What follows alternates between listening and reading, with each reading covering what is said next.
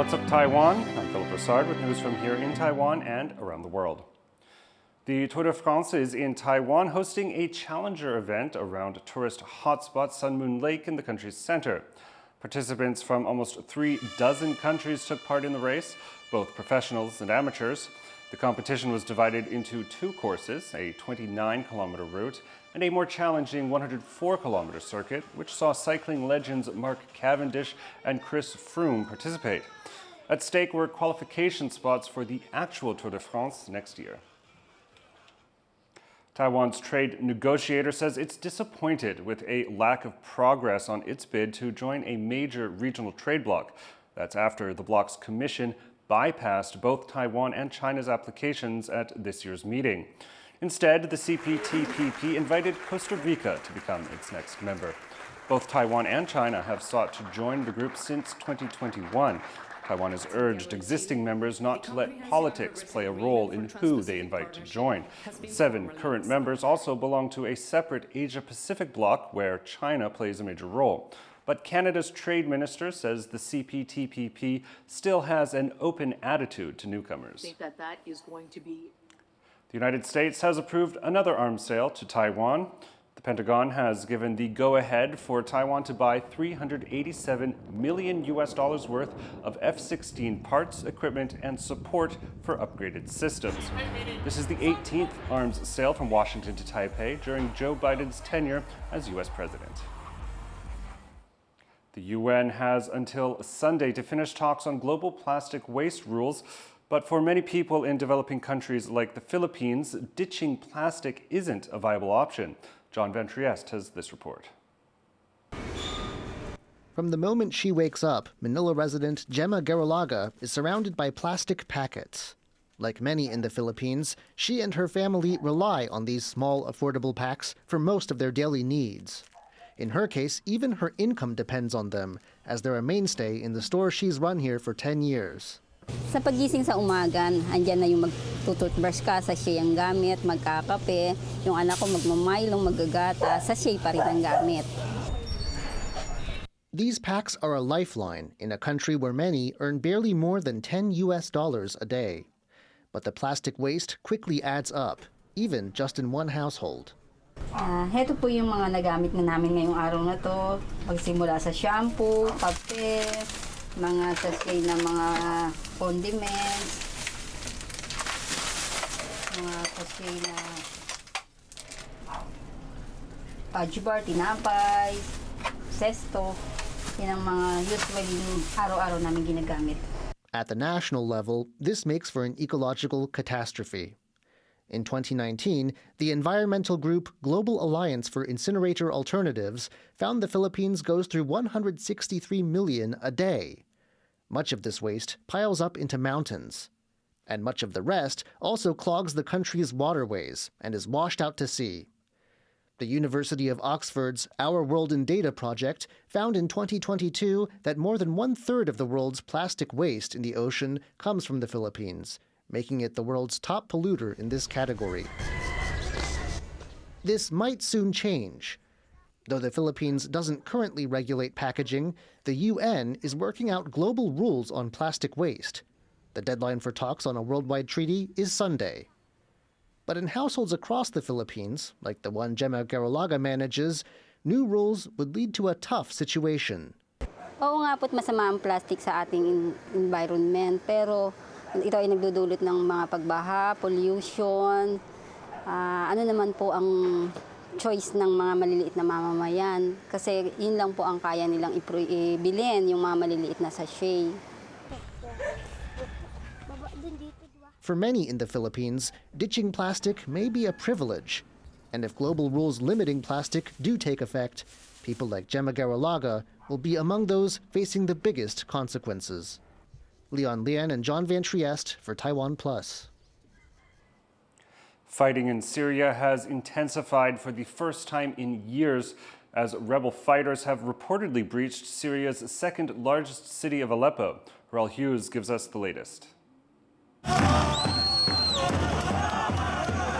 Celebrations in the rebel-held city of Idlib, Syria.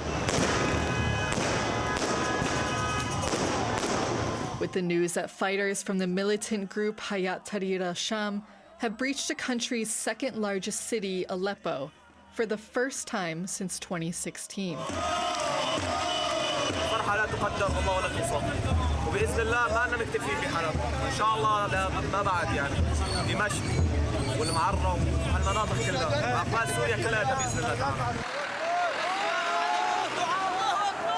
The reported advancement into Aleppo follows a shock offensive from the rebel fighters, spreading through towns and villages in Syria's northwestern region, setting off fierce clashes with government forces, the worst in recent years.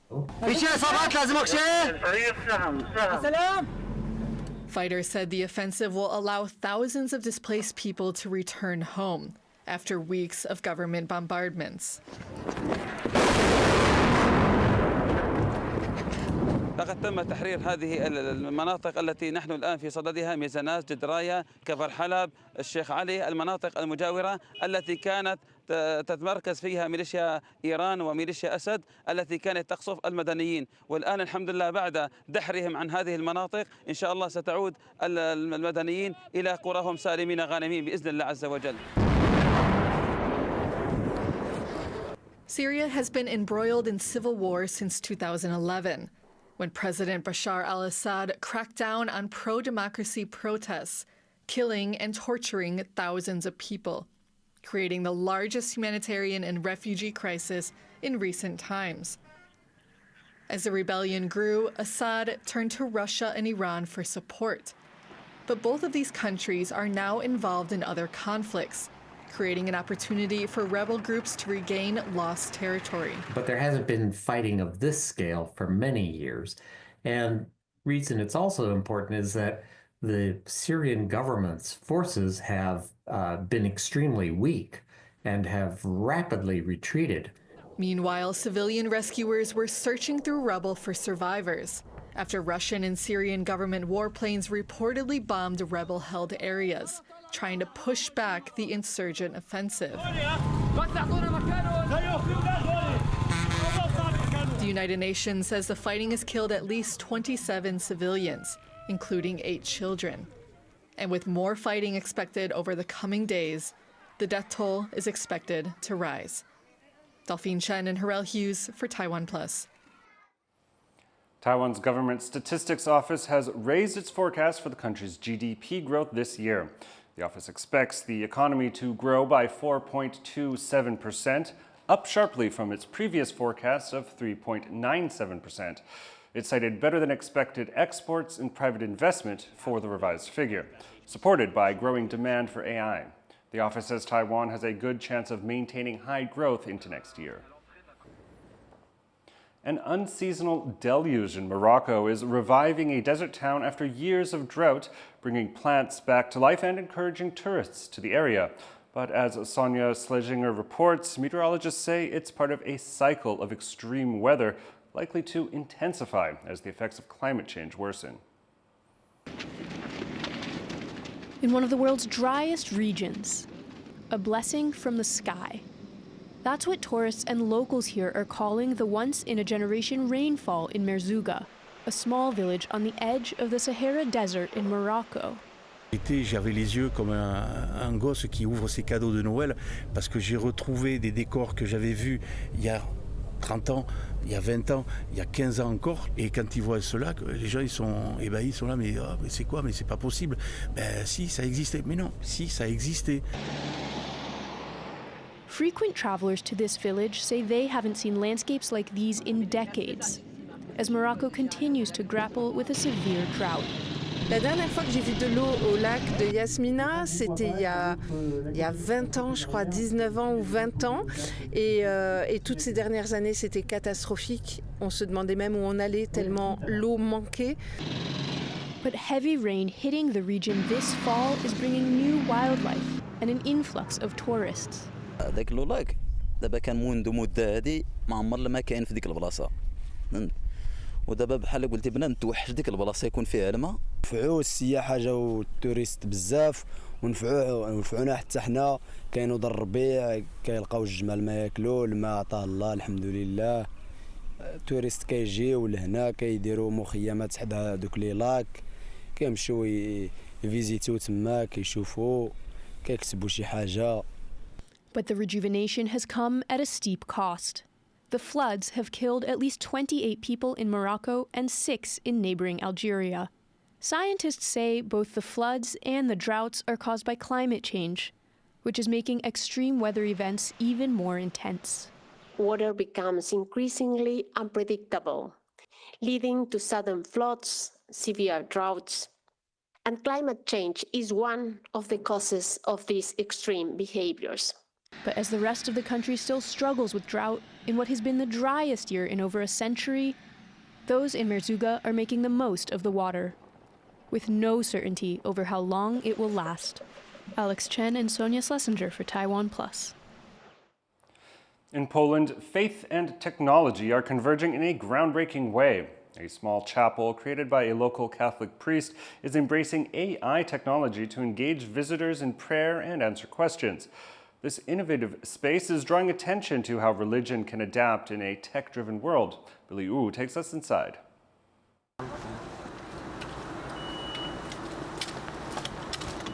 With a tap on their smartphone, parishioners can unlock the doors and turn on the lights using just an app. This isn't your typical church. This small chapel in Poznan, Poland is meeting the future, inviting people to connect not just with the Almighty, but also with the algorithm. Could you please tell me what Jesus Christ tells us about love? Please tell me in English. Jesus Christ emphasized the importance of love in his teachings. You shall love the Lord your God with all your heart. At the heart of the chapel is an artificial intelligence-powered altar equipped with voice recognition. Parishioners can simply ask their questions and receive answers by AI within seconds, drawn from a vast library of trusted knowledge. Sztuczna inteligencja jest przetrenowana, czyli nauczona nie tylko na tekstach popularno-naukowych, czy na tekstach, które są dostępne w internecie, gazety, książki, ale także na Piśmie Świętym i kodeksie Kościoła katolickiego. The idea for this chapel came from local priest Radek Rakowski. At first, Father Rakowski just planned to build a traditional church, but with regular attendance at Mass declining sharply across Poland in recent years, he wanted to make faith more accessible in the digital age. Chrześcijanie to nie są jacyś kosmici, ani ludzie ze średniowiecza, no więc nie możemy pozostać jedyną instytucją wykluczoną w społeczeństwie, która cały czas posługuje się gęsim piórem, kałamarzem i księgą. Father Rakowski says the goal is to meet the needs of parishioners in a changing world. The chapel offers space for prayer, connection, and guidance 24 hours a day. Visitors can ask questions they might hesitate to bring up face-to-face. Father Rakowski believes the AI system can provide direct, objective answers because a priest may not have all the information they need at hand. I to jest coś niesamowitego, dlatego że nie chcemy naginać faktów po to, żeby jakoś ludzi przyciągnąć albo ich oszukać, tylko właśnie przekazujemy im wiedzę po to, żeby stali się właśnie wolnymi ludźmi, bo wiedza to wolność. As the chapel welcomes more visitors, Father Rakowski hopes it can offer a glimpse of what religions in the modern age could look like, operating on a ping and a prayer. Alex Chen and Billy Wu for TaiwanPlus. Thanks for joining us here on What's Up Taiwan. Check out the TaiwanPlus website or follow our social media for more of our stories. Finally, we leave you with these images of an annual festival of lights from central Taiwan's mountainous Lishan scenic area. I'm Philip Brossard. Take care, and we'll see you next time.